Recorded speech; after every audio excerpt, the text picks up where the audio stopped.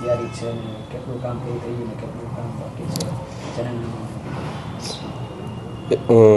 સૌરાષ્ટ્રની સૌથી મોટી હોસ્પિટલ પીડીયુ સિવિલ હોસ્પિટલ છે અને આનું સંલગ્ન 800 બેડનું જનાના હોસ્પિટલ જે આપણે ઓળખીએ છીએ, જેમાં મેટરનલ અને ચાઇલ્ડ બ્લોક એટલે માતાનું હોસ્પિટલ અને બાળકોનું હોસ્પિટલ સંપૂર્ણ રીતે તૈયાર થઈ ગયું છે અને 25મી તારીખે માનનીય વડાપ્રધાન શ્રી સાહેબ હસ્તે લોકાર્પણ કરવાનું તૈયારી છે. આમાં આપનું જોઈએ તો આ ગુજરાતની સૌથી હાઇટવાળું હોસ્પિટલ છે અને સૌરાષ્ટ્રની સૌથી મોટી જનાના હોસ્પિટલ છે, જેને આપણું મેટરનલ અને ચાઇલ્ડ બ્લોક કહીએ. આમાં આપણું ફેસિલિટી વાઇઝ જોઈએ તો આપણે ગ્રાઉન્ડ ફ્લોરથી ચાલુ કરીએ તો ગ્રાઉન્ડ ફ્લોરમાં જે હોય કેસવાળી છે, પછી દવાવાળી હોય, પછી ત્યાં આપણા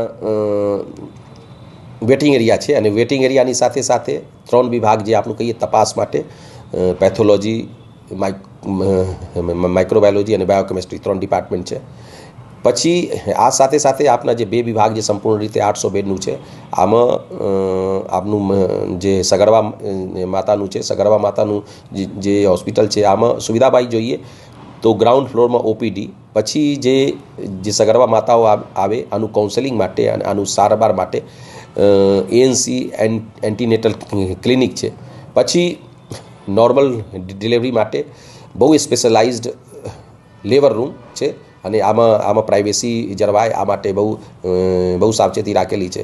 પછી કદાચ નોર્મલ ડિલિવરી નહીં થાય તો આમાં જે સિઝેરિયન સેક્શન છે આ માટે બહુ અપડેટેડ અદ્યતન જે કંઈ બીજા જગ્યા નથી એવી રીતે ઓટી રાખેલી છે. અને કોઈ પણ પરિસ્થિતિમાં સિઝેરિયન સેક્શનમાં કોમ્પ્લિકેશન આવે, કોઈ પણ મુશ્કેલી આવે તો આ માટે એક અદ્યતન જે આ છે આ ડૉક્ટર્સની પેરામેડિકલ સ્ટાફનું ટીમ રાખેલી છે.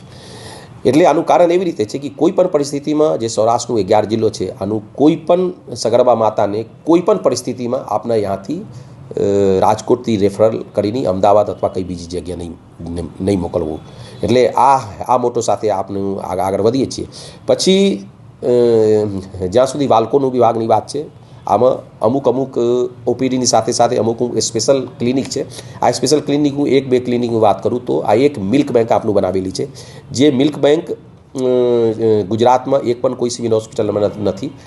એટલે રાજકોટમાં ગુજરાતનું સૌપ્રથમ મિલ્ક બેંક ચાલુ થશે. મિલ્ક બેંકની જે ફેસિલિટી આપણું જોઈએ, આનું બેનિફિશિયરી જોઈએ તો એવી રીતે છે કે કોઈ પણ જે બાળક હોય આનું અનફોર્ચ્યુનેટલી આનું માતાનું અવસાન થઈ જાય અને આપણે જાણીએ છીએ કે માતાનું જે દૂધ હોય બ્રેસ્ટ ફીડિંગ બેસ્ટ છે, એટલે આ માટે આનું માતાનું દૂધ મળે આ માટે મિલ્ક બેંક બનાવ્યું છે. એટલે આ મિલ્ક આપનું 10થી 15 દિવસ સુધી પ્રિઝર્વ રાખીએ અને આ પ્રિઝર્વ રાખીને બાળકોને અપાવીએ. એટલે આથી શું ફાયદો થાય કે જે બાળક છે, જે નવજાત શિશુ છે, આનું ઇમ્યુનિટી વધે, આનું ક્યારેય ઇન્ફેક્શન નહીં આવે અને લોંગ ટર્મમાં આનું જે સ્વાસ્થ્ય છે એ બહુ સારું રહે.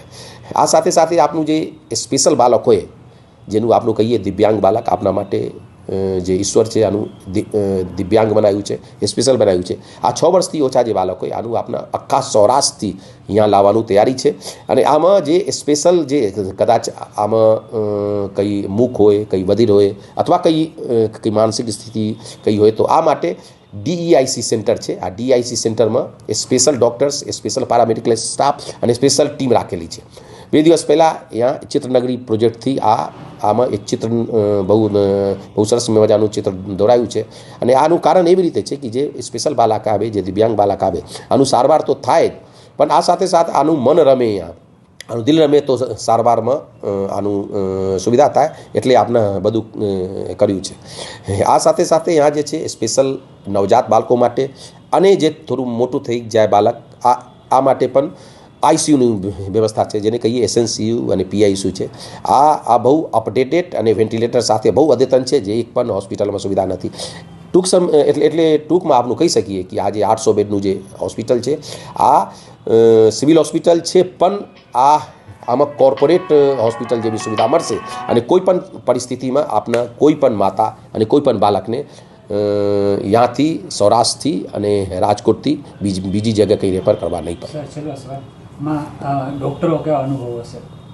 એટલે જે અત્યારે આપણા 2 ડિપાર્ટમેન્ટ તો ચાલુ જ છે, જે પેડિયાટ્રિક્સ ડિપાર્ટમેન્ટ એટલે બાળકોનું વિભાગ અને માતાઓનું વિભાગ ચાલુ છે. પણ આ સિવાય હું સરકારશ્રીને બહુ ધન્યવાદ આપું છું, બહુ શુક્રિયા અદા કરું છું કે 1200 મહેકમ એટલે વર્ગ 1 થી વર્ગ 4 1200 મહેકમ અલગથી यहाँ મંજૂર થયું છે.